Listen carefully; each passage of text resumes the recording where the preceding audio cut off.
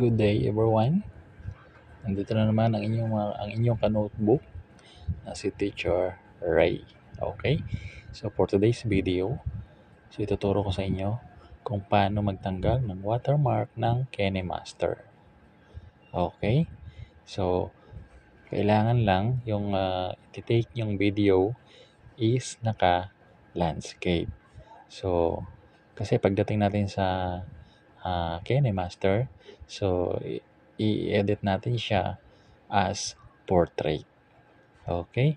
So, example. So, magbibigay ako ng example ng landscape video. Then, i-edit natin sa KineMaster ng naka-portrait.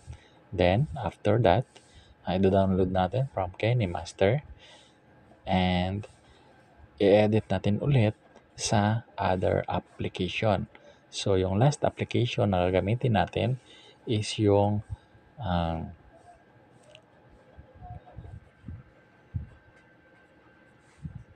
ayan, okay. So, nasa upper right side.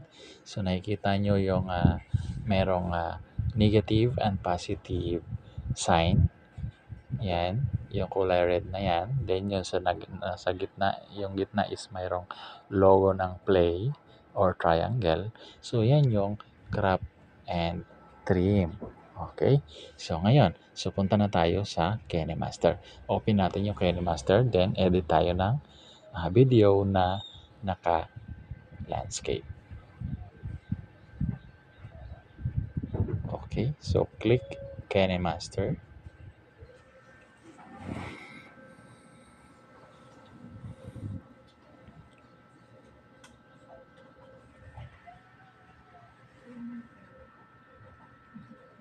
Then click Create New. Okay, so now click nyo yung portrait layout or yung 9:16. Okay, then create.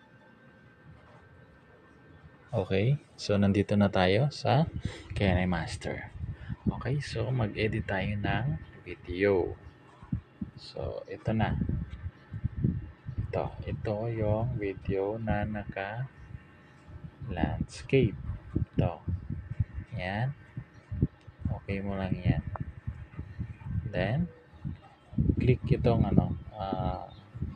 nasa left side. Itong merong 3 line. Yan. Then, click ulit. Okay, ayan na. So, yan, naka-portrait na siya. Then, makikita nyo, merong watermark ng KineMaster sa taas or logo. Okay. So, ngayon, example, mag-edit kayo ng video, lagyan nyo pa ng mga ibang video yan or mga animation, di ba? Pag nag-edit tayo sa KineMaster, naglalagay tayo ng mga animation or nagdadagdag tayo ng iba pang video. Okay, ganon. Okay, so example, tapos na tayo dyan. Okay, so ang gawin natin is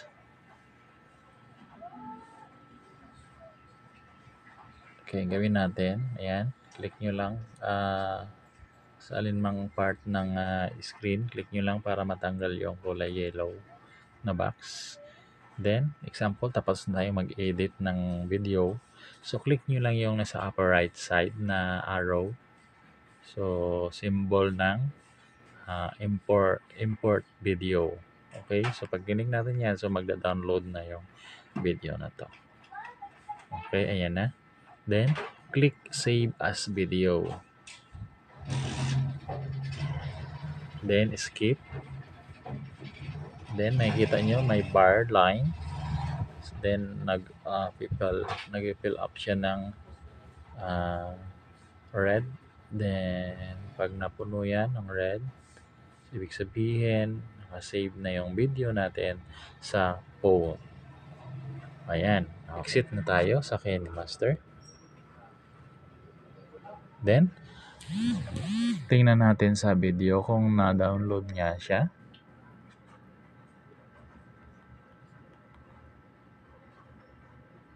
Ayan. Okay, ito na. Panoorin nga muna natin. Ayan, okay. So, nakikita nyo, meron siyang logo sa taas. So, naka-portrait yan. So, ngayon, ang gagawin natin, magbaback tayo. Then, pupunta tayo sa back. Then, punta na tayo sa last application na gagamitin natin, which is yung crop and trim video. Nasaan na ba yan? Ayun. Click lang ang crop and trim video. Yan. Download nyo lang yan sa application store nyo. Okay?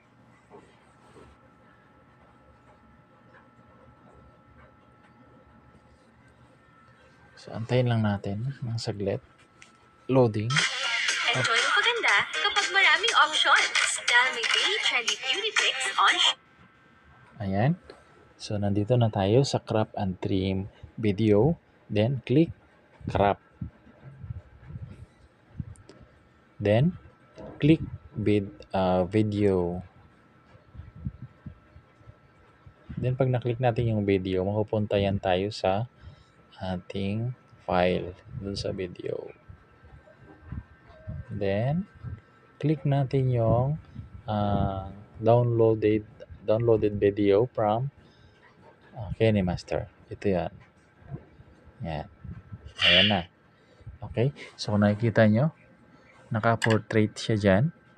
So, click nyo lang yung landscape. Nandyan sa lower part. So, hanapin nyo lang, slide nyo lang ng pakaliwa.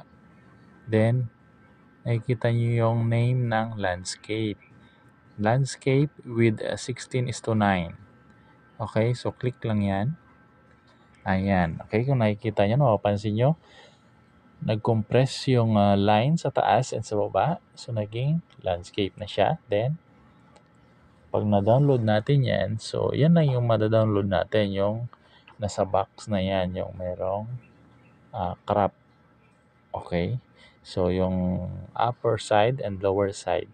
So, matatanggal na yan. Okay? So, start natin. Click check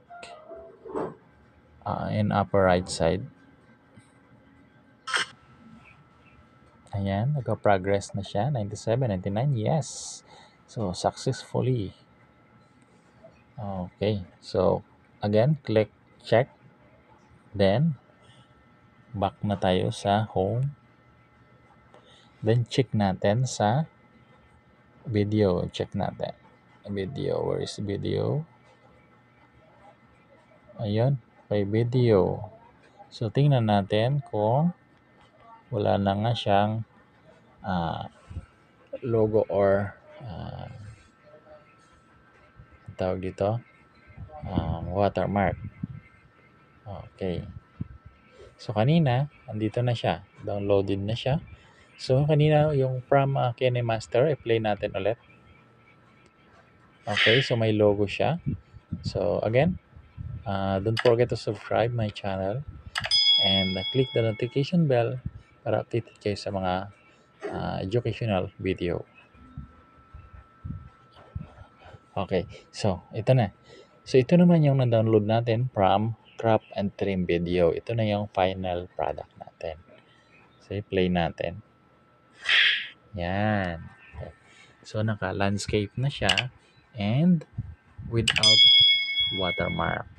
Okay, so yan ang finished product natin. So yan, pwede nyo na i-download sa YouTube channel. Play ulit natin. Yan. Okay, so don't forget to subscribe my channel. Okay, so yun lang for today's video. Thank you.